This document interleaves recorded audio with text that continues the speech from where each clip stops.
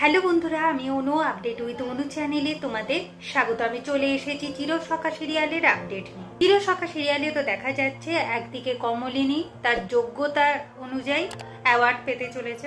তাকে মিঠি খুব সুন্দর করে একটা অফ হোয়াইট আর ব্ল্যাক বর্ডার দেওয়া শাড়ি পরিয়ে দিয়েছে, যা দেখে এক শাশুড়ি মা কমলিনীকে কথা শোনাতে থাকে যে এত বয়সে এত সাজগোজ কিসের, একটা সাদামাটা সাদা শাড়ি পরিয়ে যেতে পারতো।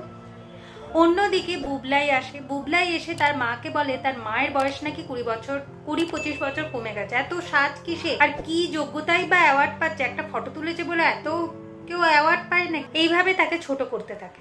কিন্তু আগের কমলিনী হলে সে হয়তো বুবলাইয়ের কাছে অপমানিত হয়ে অ্যাওয়ার্ড নিতে যেত, কিন্তু এখনকার কমলিনী অ্যাওয়ার্ড নিতে যাবে। যারা অ্যাওয়ার্ড দিচ্ছে তাদেরকেও অসম্মান করতে পারবে না, আর যে ক্যামেরাটা কিনে দিয়েছে তাকেও অসম্মান করতে পারবে না, তাই সে যায়।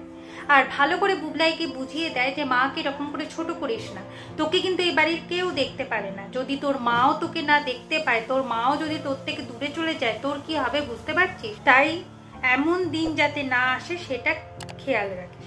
এখন বুবলাই বলে আমি বুঝতে পেরেছি, তোমার যতটা অ্যাওয়ার্ড না নেওয়ার ইচ্ছা, ঠিক তার থেকেও বেশি ইচ্ছা হলো তুমি তোমার পছন্দের মানুষের সাথে দেখা করতে যেতে পারবে, তাই তো? কমলিনী আরো রেগে। অন্যদিকে দেখা যাচ্ছে বর্ষাকে তার বাড়িতেও নানান কথা শুনতে হয়। বিয়ের পর কোনো মেয়ে যদি বাপের বাড়িতে এসে থাকে তাকে নানান কথাই শুনতে হয়।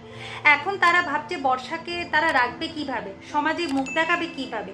তার বর তো স্পষ্ট জানিয়ে দিয়েছে বর্ষার সাথে সে থাকবে না, আর বর্ষার ভরণ পোষণ খাওয়া দাওয়া সমস্ত খরচা সে দেবে। আর যদি আমরা জোর করে বর্ষাকে ওখানে রাখতে চাই তাহলে বর্ষাকে তারা রাখবে না।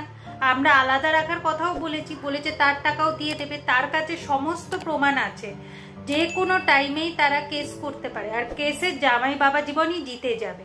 এখন তারা কি করবে? বর্ষা কেন বিয়ের আগে একটা ছেলের সাথে 3 রাত কাটিয়ে এসেছে, এতে তো বর্ষারই দোষ।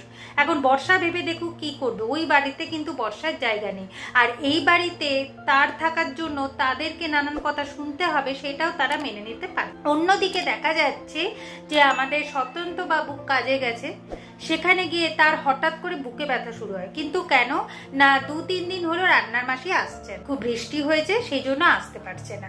এইদিকে তার খুব খিদে পেয়েছিল, তাই বাইরে বেরিয়ে ঠান্ডা তেলে ভাজা চা খেয়ে ফেলেছে। তারপর থেকে বুকে ব্যথা শুরু হয়। তার মধ্যে আবার এক কলিগ বলতে থাকে ওই মানুষটা মারা গেছে, হঠাৎ করে বুকে ব্যথা হয়েছিল, হার্ট অ্যাটাক হয়েছে। এইসব শুনে সত্যন্তবাবু আরো ভয় পেতে থাকে আর বুকে ব্যথা বাড়তে থাকে। তারা নার্স ডাকছে, ডাক্তার তাদের কাছে না আসছে, ওষুধ কোনো রকমে একজনের কাছে ওষুধ আছে, সেই ওষুধটাই সত্যন্তবাবুকে খাওয়ায়। কিন্তু ধীরে ধীরে সত্যন্তবাবু ঝিমিয়ে পড়ে আর সেন্সলেস হয়। এভাবেই আজকের পর্বটা শেষ হয়ে যাচ্ছে। আশা করি আজকের পর্বটা তোমাদের ভালো লাগবে। ভিডিওটা ভালো লাগলে লাইক শেয়ার ও সাবস্ক্রাইব করে দিও। ভিডিওটা দেখবার জন্য অসংখ্য ধন্যবাদ।